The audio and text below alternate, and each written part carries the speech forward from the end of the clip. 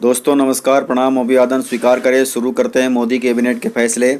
उससे पहले मैं आपको बता दूं, सीएम शिवराज ने गरीबों के राशन के लिए आधार सीडिंग की व्यवस्था की है। आप सभी ने अभी तक आधार को अपने मोबाइल से या अपने राशन दुकानों से सीडिंग नहीं कराया है तो जल्दी से करा लें। जिले में यह प्रक्रिया शुरू हो गई है। तो देखते हैं सीएम शिवराज सिंह चौहान का लाइव वीडियो। जिन हितग्राही का आधार सीडिंग नहीं हुआ वो अपने निकटतम राशन की दुकान पे जाके संपर्क करे और आधार सीडिंग की कार्रवाई जल्दी से जल्दी करवा ले। आधार सीडिंग के बिना राशन वितरण नहीं हो पाएगा, इसलिए प्राथमिकता के साथ करें। और कलेक्टर जिनकी भी ड्यूटी लगाएं, ये चिंता करें कि इसमें लोगों को दिक्कत नहीं होनी चाहिए। इसलिए जिला कलेक्टर, विभागीय अधिकारी नवीन हितग्राही के आधार सीडिंग का कार्य इसी महीने पूरा कर लें, ताकि इन सभी परिवारों को उचित मूल्य की दुकान से राशन का वितरण 1 सितंबर 2020 से किया जाए। मोदी कैबिनेट के फैसले में लीज पर एयरपोर्ट देने से लेकर नेशनल रिक्रूटमेंट एजेंसी तक मोदी कैबिनेट में फैसला लिया गया है और किसानों के लिए भी फैसला लिया है। देखते हैं सारे फैसले। प्रधानमंत्री नरेंद्र मोदी की अध्यक्षता में बुधवार को कैबिनेट बैठक के दौरान कई अहम फैसले लिए गए। केंद्रीय सूचना एवं प्रसारण मंत्री प्रकाश जावड़ेकर ने प्रेस कॉन्फ्रेंस कर इस बात की जानकारी दी है। मोदी सरकार ने देश के 3 नए एयरपोर्ट्स को लीज पर अर्थात पब्लिक प्राइवेट पार्टनरशिप के जरिए लीज पर देने की मंजूरी दी है। इसके साथ ही गन्ने का समर्थन मूल्य बढ़ाने पर कई बड़े फैसले लिए गए हैं।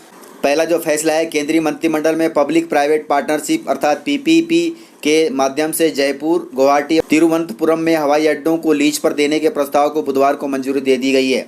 फरवरी 2019 में प्रतिस्पर्धी बोली प्रक्रिया के बाद पीपी मॉडल के माध्यम से अडानी इंटरप्राइजेस ने 6 हवाई अड्डों लखनऊ, अहमदाबाद, जयपुर, मंगलपुर, तिरुवनंतपुरम और गुवाहाटी के परिचालन के अधिकार हासिल किए थे। ये 6 हवाई अड्डे भारतीय विमानपत्तन प्राधिकरण के स्वामित्व में थे, लेकिन अब इन्हें प्राइवेट संस्था के हाथों में दिया जा रहा है। अडानी इंटरप्राइजेस ने 14 फरवरी 2020 को एएआई के साथ 3 हवाई अड्डों जिसमें अहमदाबाद, मंगलुरु और लखनऊ के समझौते पर हस्ताक्षर किए थे।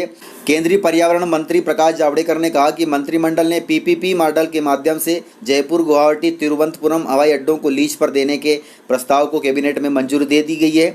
अब ये हवाई अड्डे देश के जाने माने बिजनेसमैन अडानी इंटरप्राइजेस के हाथों में चला गया है। अब ये वहीं से संचालित होंगे। आपको पता है हमारे यहाँ प्राइवेट एयरपोर्ट्स बन गए। पीपीपी का एक वो रूप था, लेकिन अभी फिलहाल 6 एयरपोर्ट का ऑपरेशन, मैनेजमेंट एंड डेवलपमेंट का कॉन्ट्रैक्ट प्राइवेट प्लेयर्स को देने का लिए ऑक्शन हुआ, टेंडर मांगा गया था और सबसे ज्यादा बोली होने वाले को 3 एयरपोर्ट देने का, लीज देने का आज फैसला हुआ, जयपुर, गुवाहाटी और तिरुवनंतपुरम। इससे क्या होगा, इससे जो अपफ्रंट 1070 करोड़ लगभग मिलेंगे, ये एयरपोर्ट अथॉरिटी ऑफ इंडिया दूसरे छोटे शहरों में एयरपोर्ट का विकास करने में काम उपयोग में लाएगी। ये पैसा बहुत महत्वपूर्ण है। और दूसरा फायदा ये होगा कि यात्रियों को अच्छी सुविधा मिलेगी। यात्रियों के अच्छा सुविधा के साथ साथ एक नई कार्यक्षमता, नई ऊर्जा आएगी। और सबसे बड़ी बात है कि एयरपोर्ट अथॉरिटी ऑफ इंडिया ये परमानेंट प्राइवेट को नहीं दे रहा है।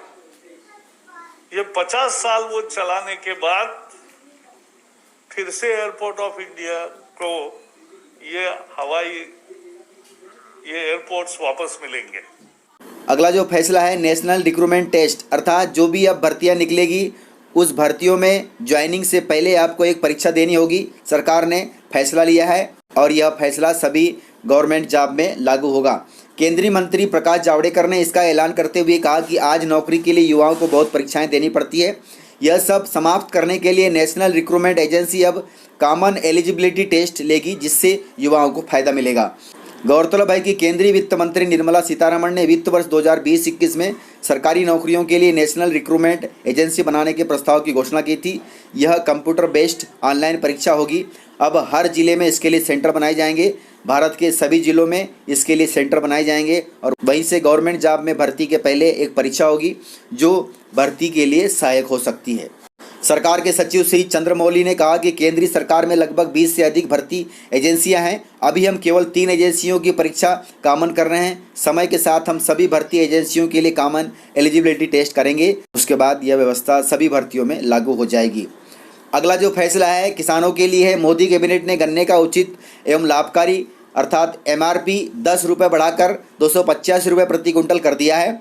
यह दाम गन्ने के अक्टूबर 2020 से शुरू होने वाले नए विपणन सत्र के लिए तय किया गया है। मंत्रिमंडल की आर्थिक मामलों की समिति की बैठक में यह निर्णय लिया गया है। बैठक में गन्ने का 2020-21 विपणन वर्ष के लिए MRP दाम 10 रुपये प्रति कुंटल बढ़ाने को मंजूरी दी गई है। मंत्रालय ने अगले विपणन सत्र के लिए गन्ने का MRP 275 रुपये से बढ़ाकर 285 रुपये कर दिया है। अर्थात पहले प्रति कुंटल गन्ने का जो रेट था 275 रुपये प्रति कुंटल था, अब यह 285 रुपये प्रति कुंटल हो गया है। इससे देश के 1 करोड़ गन्ना किसानों को फायदा मिलेगा। सरकार का अनुमान है कि चालू विपणन सत्र में गन्ने का कुल उत्पादन 280 से 290 लाख टन रह सकता है। गन्ने का चालू विपणन सत्र अगले महीने समाप्त हो रहा है।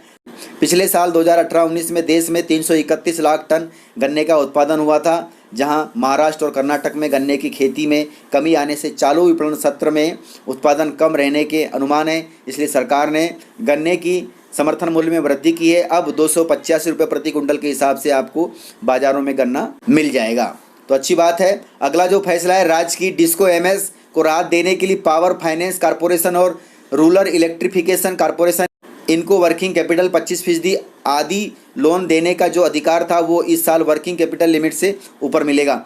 मुख्य जो फैसला है जो पब्लिक के काम में आएगा वह किसानों के लिए है। गन्ना के समर्थन मूल्य में जो वृद्धि की गई है वह 250 रुपये प्रति कुंटल की गई है, अर्थात 10 रुपये प्रति कुंटल में वृद्धि हुई है। वहीं पर जो एयरपोर्ट को सरकार ने प्राइवेट संस्थाओं को दे दिया है, तो इस प्रकार से अब थोड़ा सा भार पड़ेगा आम नागरिकों को जो हवाई जहाज़ से सफ़र करते हैं। इस प्रकार से जानकारियाँ थी। CM शिवराज का जो आपने आधार सीडिंग का मामला देखा वह भी आप सभी के लिए हितकारी था और मोदी कैबिनेट के जो फैसले थे वे भी जनता से जुड़े हुए थे, जो मैंने आपको वीडियो के माध्यम से बताया है।